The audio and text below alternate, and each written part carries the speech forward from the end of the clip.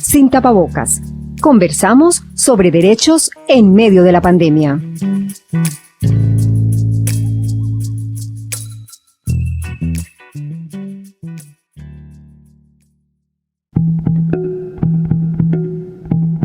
Más de 190 países en el mundo cerraron por completo sus escuelas y colegios con el fin de evitar la propagación de la COVID-19.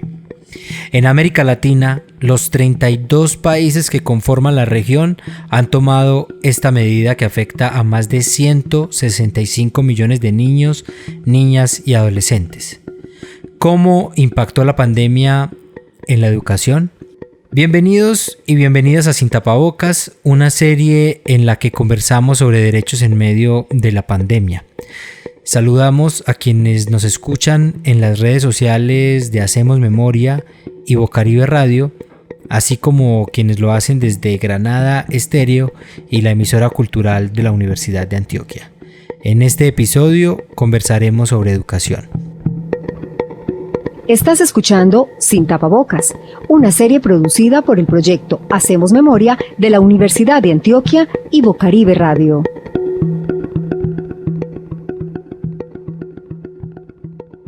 La emergencia provocada por la pandemia de COVID-19 ha dado lugar al cierre masivo de las actividades presenciales de instituciones educativas en más de 190 países del mundo con el fin de evitar la propagación del virus y mitigar su impacto. Según los datos de la Organización de las Naciones Unidas para la Educación, la Ciencia y la Cultura, a mediados de mayo de 2020 más de 1.200 millones de estudiantes de todos los niveles de enseñanza en todo el mundo habían dejado de tener clases presenciales en la escuela. De ellos, más de 160 millones eran estudiantes de América Latina y el Caribe. Esto se agrava con que 2/3 de los niños en edad escolar del mundo, es decir, 1.300 millones de niños entre 3 y 17 años, no tienen conexión a Internet en sus hogares. Esto según un informe conjunto de la UNICEF y la Unión Internacional de Telecomunicaciones. Conversaciones sin tapabocas. Hablamos sobre derechos en medio de la pandemia.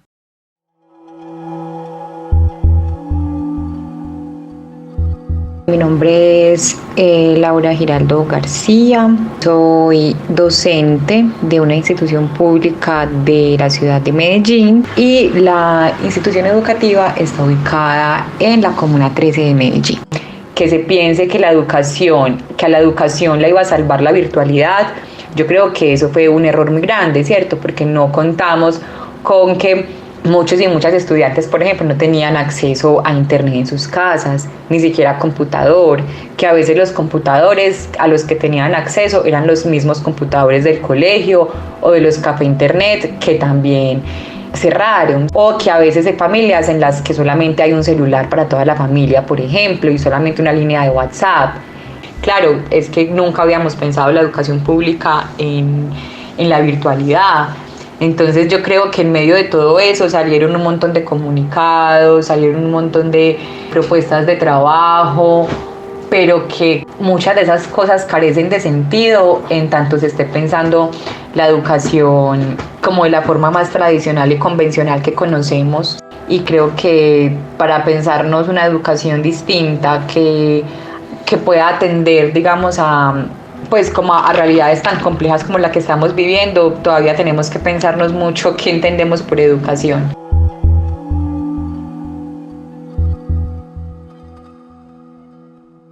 Y a propósito de lo que venimos escuchando y para continuar con esta conversación sin tapabocas, quiero saludar a las dos personas invitadas que me van a acompañar hoy en este episodio.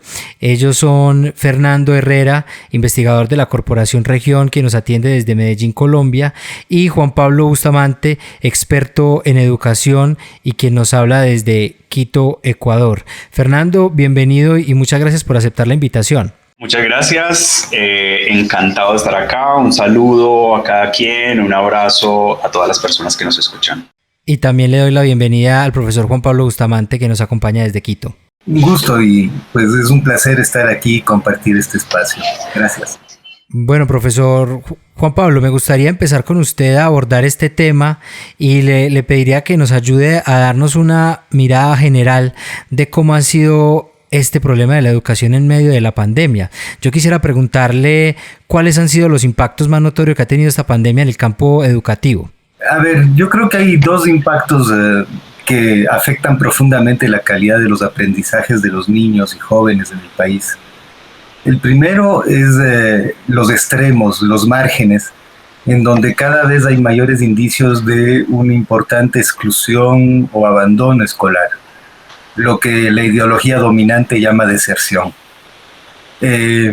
Las cifras son alarmantes, porque la contactabilidad vía Internet ha sido muy precaria y en medio de la gran crisis económica que vive el Ecuador, estos costos son difícilmente abordables por todas las familias ecuatorianas. Entonces, ahí hay un primer punto grave, que es la pérdida de contacto entre estudiantes y entre docentes y una precaria conectividad que hace que los chicos pierdan hábitos de estudio. Otro indicio de calidad serio es el tema de comprensión lectora, ¿no? Existen índices internacionales que te hablan de que en la región la mitad de los niños de 10 años no comprenden lo que leen. Este indicador en Ecuador antes de la pandemia era de 6 de cada 10 niños no comprendían lo que leían. ¿Qué podemos esperar en esta pandemia? Se estima que va a subir un 10%, es decir, que 7 de cada 10 niños del Ecuador no comprenden necesariamente lo que lean. Y por lo tanto, imagínate cómo puedes desarrollar procesos de autoestudio, de disciplina, que requiere el manejo de las redes virtuales.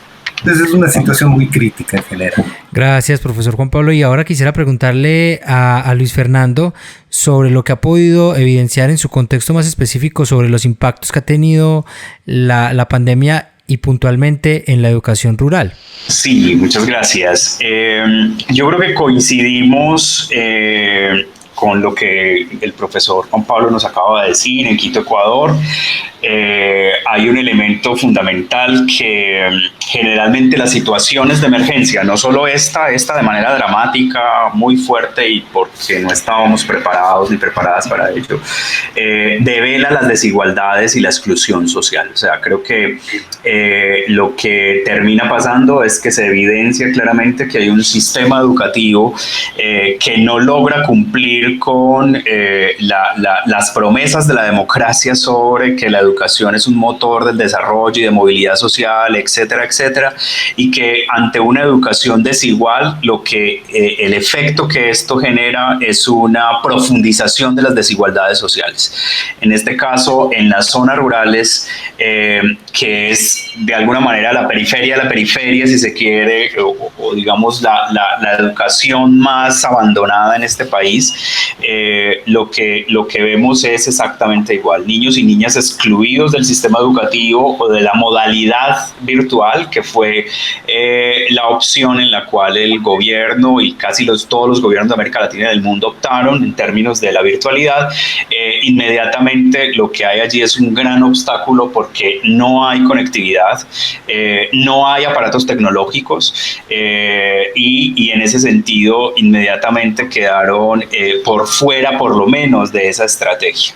Y lo que de ahí en adelante se dio pues fue, que es un elemento que habrá que analizar con mayor detenimiento, fue el despliegue además de una serie de estrategias de los maestros y las maestras para tratar de llegar a los niños, para tener ese contacto por lo menos de alguna manera con los niños y las niñas en las zonas rurales. Esto es muy importante porque nuevamente el sistema educativo desigual, desajustado, desarticulado está sobre los hombros de los maestros y las maestras, del cuerpo docente, generando además mayor presión de la que ya tenía, digamos, el magisterio y su práctica pedagógica, su quehacer educativo. Así que en el tema, en términos de acceso y de impacto en las zonas rurales, este es un balance muy fuerte en términos de precariedad, también en calidad, lo veremos y digamos en este año 2021 se empezarán a identificar precisamente cuál fue el impacto real en los procesos de exclusión o desescolarización, deserción de los niños, niñas, adolescentes y, por ejemplo, en educación media y en educación superior. Gracias, Fernando. Ya continuamos con esta conversación. Síguenos en nuestras redes sociales. Twitter, @HacemosMemoria y @Bocaribe. Instagram, @HacemosMemoria y @Bocaribe Radio. Eu sou a professora e pesquisadora Natália Cavalcante, falo do Brasil, atuo no Instituto Federal de Educação, Ciência e Tecnologia do Pará, na cidade de Belém, no campus Belém. Em relação ao Brasil, eu considero que o principal impacto que a pandemia teve nos processos educativos diz respeito a aprofundar as desigualdades, né, ou que a gente... Sou a professora e investigadora Natália Cavalcante, hablo de Brasil, actuo en el Instituto Federal de Educación, Ciencia y Tecnología del Pará, de la ciudad de Belém. El principal impacto de la pandemia en la área de la educación fue profundizar la desigualdad. Así, tenemos la educación destinada para las familias con buena situación financiera y también una educación para las familias desfavorecidas. De este modo, quien tiene logrado realizar las clases virtuales son los estudiantes que tienen acceso a buenos equipamientos y a internet estable. Además, disponen de estructura familiar y espacio adecuados.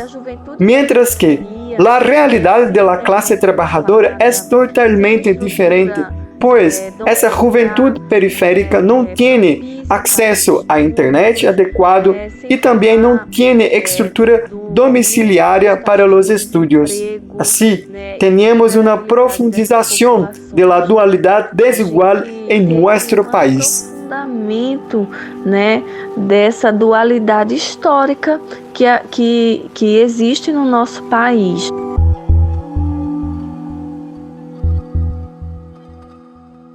Para continuar, Juan Pablo, con esta conversación, entonces quisiera preguntarte un poco por un asunto que ya mencionabas en tu intervención, pero que me parece interesante que profundicemos, y es sobre las respuestas que tuvieron los gobiernos y las instituciones del Estado ante este reto. ¿Tú cómo las evalúas? Lamentablemente ha sido un camino de ciegos, ¿no? Los gobiernos han titubeado mucho. En el caso ecuatoriano tienes que considerar que casi un 30% del presupuesto de educación ha sido recortado durante el año 2020. Es una tragedia de una gran crisis económica sobre la cual se montó la pandemia y que generó otra tragedia. Entonces es una situación muy precaria la que se está viviendo y los desafíos para este 2021 son muy grandes, ¿no? Los estados, en vez de invertir más, han recortado, en el caso de Ecuador. Han habido despidos de docentes y su situación es muy precaria. Se les bajó incluso el sueldo durante más de 9 meses del año pasado, se les bajó al 80% su sueldo básico y ellos son los que pagan su conectividad y de alguna forma precaria pues logran conectarse con los estudiantes. Entonces las respuestas han sido muy débiles. Ten en cuenta que aquí se está discutiendo sobre la apertura de las casas de tolerancia, como llaman, pero todavía no se discute seriamente la apertura de las escuelas. Haces un análisis de los promedios internacionales sobre el tiempo en el cual no han tenido contacto presencial y Ecuador es uno de los países que más tiempo ha tenido sin contacto presencial entre docentes y estudiantes. Eso pone en evidencia que la educación no es una prioridad para el gobierno nacional y que en realidad ha sido postergado el tema educativo lo más posible. Hay un contexto sociopolítico complejo, estamos al borde de unas elecciones y una sociedad tremendamente polarizada. Entonces se ve como una amenaza la posibilidad de reabrir las escuelas en este momento, más que por problemas de la pandemia, por un contexto político adverso. Gracias, Juan Pablo. Y ahora quisiera escuchar el balance que hace Fernando sobre las medidas que implementó el gobierno y las instituciones del Estado para responder ante este reto en la educación rural. ¿Cómo lo evalúas tú, Fernando? Yo creo que compartimos en la región latinoamericana una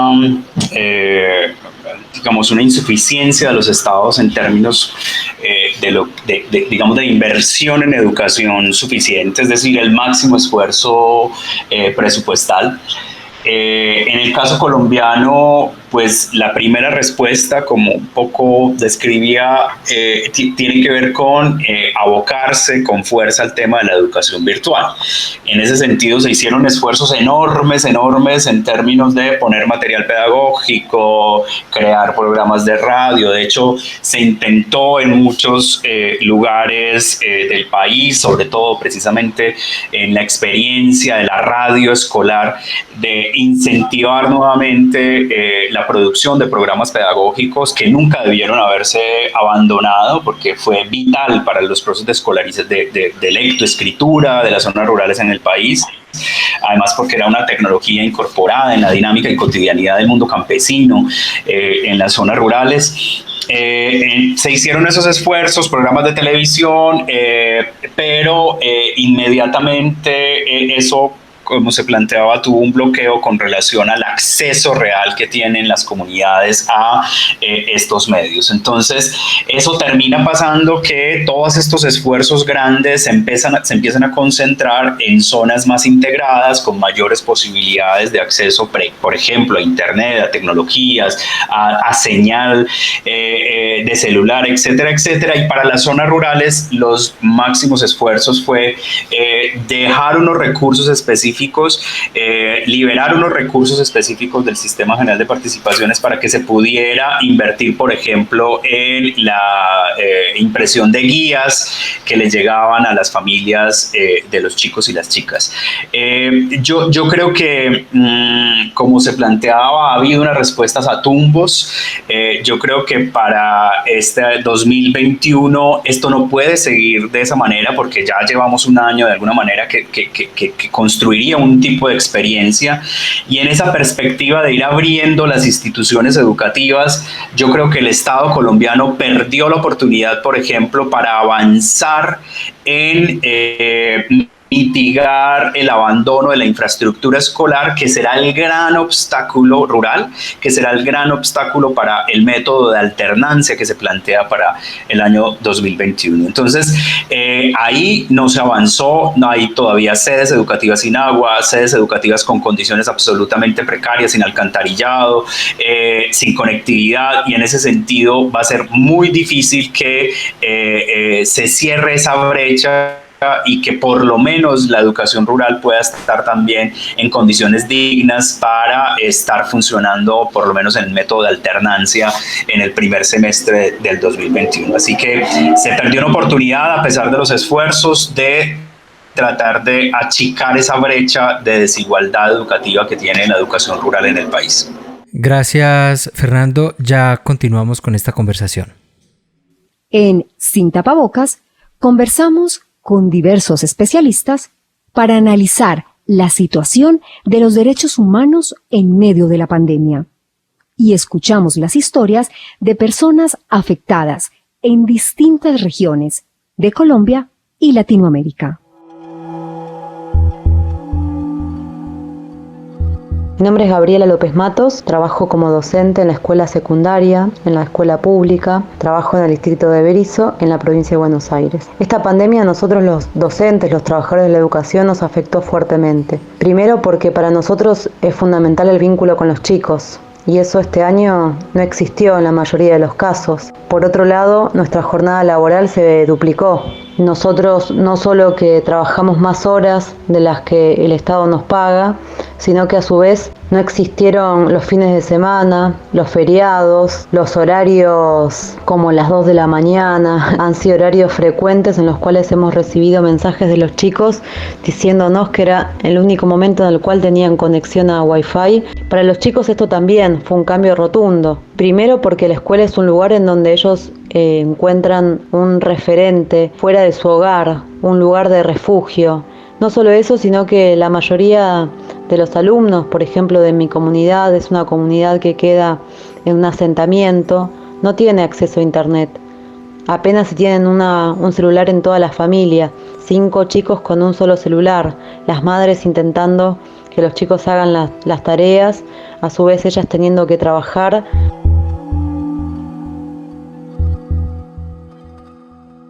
Y ya para ir cerrando con este diálogo, quiero un poco que hablemos de las lecciones que nos deja esta pandemia, de quizá los aprendizajes que se pueden implementar a futuro para que un problema de estos no se repita.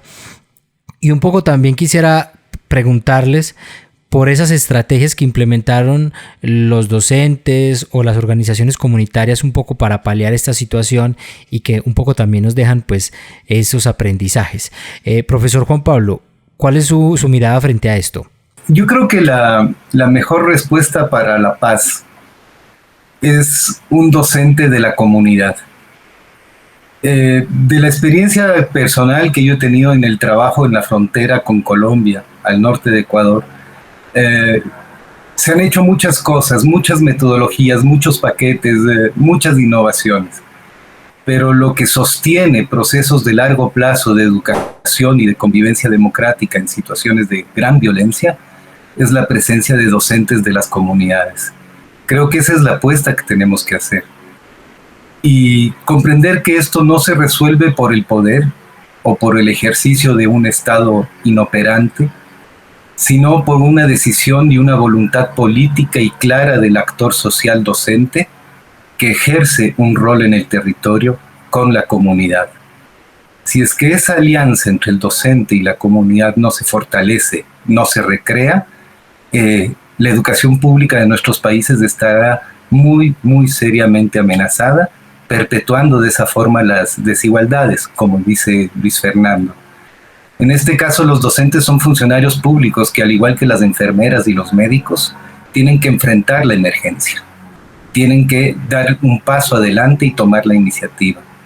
Hay que evitar la resistencia, hay que enfrentar la situación, aunque las condiciones sean tremendamente adversas, porque si no, la función de los mismos docentes será cuestionada socialmente. Entonces, el mensaje es trabajar entre comunidad y maestros para construir espacios de aprendizaje en los territorios. La educación no es una transacción mercantil que se puede manejar a través de paquetes tecnológicos por internet solamente. Se necesita la presencialidad, se necesita la comensalidad y lo que es la escuela como un espacio de construcción del cuidado y de una ética de lo común en las comunidades. Entonces, la pandemia nos ha colocado en una situación de gran violencia y si los docentes no comprendemos nuestro rol histórico, quedaremos detrás también rezagados en la historia. Gracias a usted, profesor Juan Pablo, y me parece, por lo que he escuchado en esta conversación, que Luis Fernando va a estar de acuerdo con usted. No sé, Luis Fernando, ¿cuáles son las lecciones que has venido recopilando de esta pandemia? Exacto, sí, tenemos muchos puntos de coincidencia con el profe Juan Pablo. Voy a empezar justo por nombrar esos.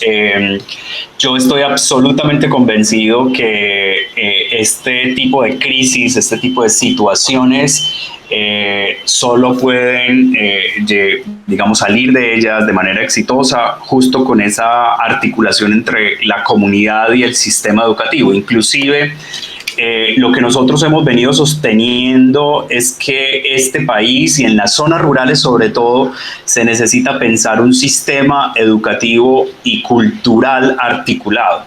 Y en ese sentido, allí toda la sabiduría de las comunidades, todo lo que precisamente los desarrollos territoriales le pueden enseñar precisamente al sistema educativo y dejar esa separación tan poco práctica además del sector educativo y del sector cultural afuera, o simplemente unos remedios de articulación que existen por ahí en ciertos ejercicios de planeación estratégica.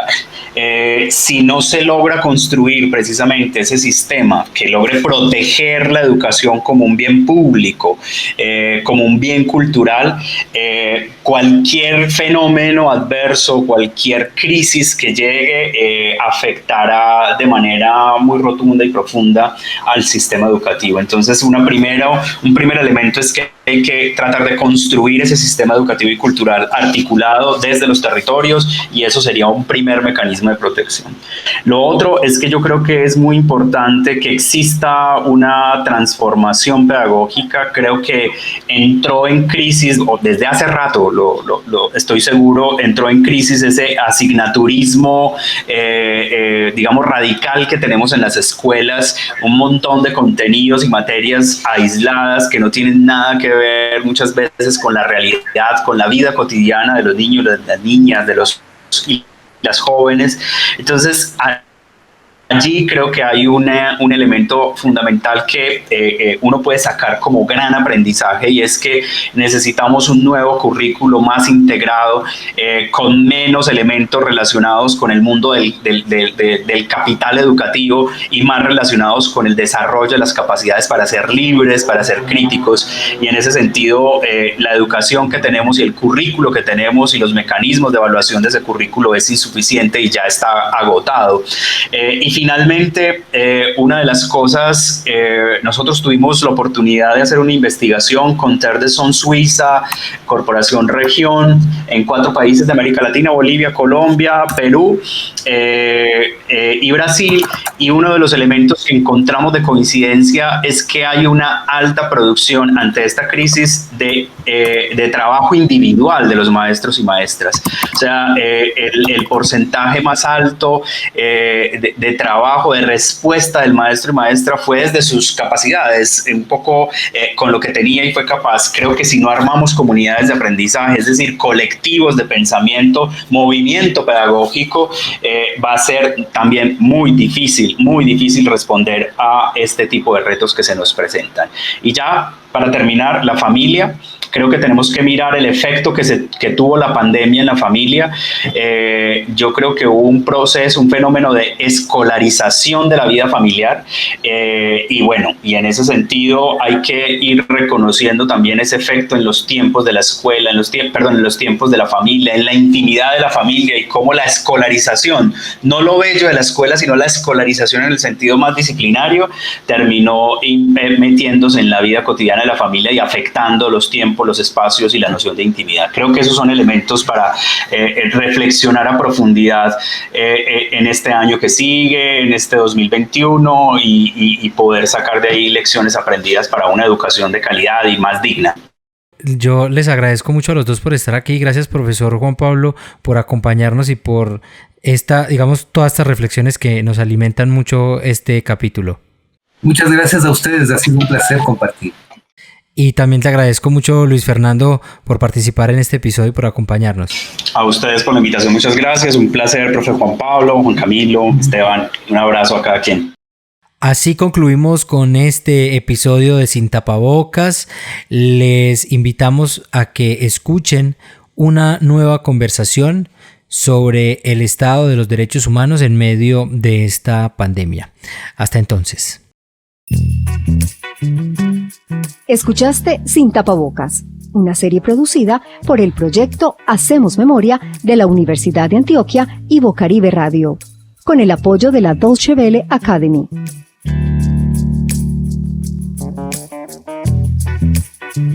Producción general, Hacemos Memoria y Bocaribe Radio. Producción periodística, Esteban Tavera y Camilo Castañeda Arboleda. Conducción, Esteban Tavera. Locución, Nidia María Montoya Obando. Edición y mezcla, Iván Mercado. Producción 2020.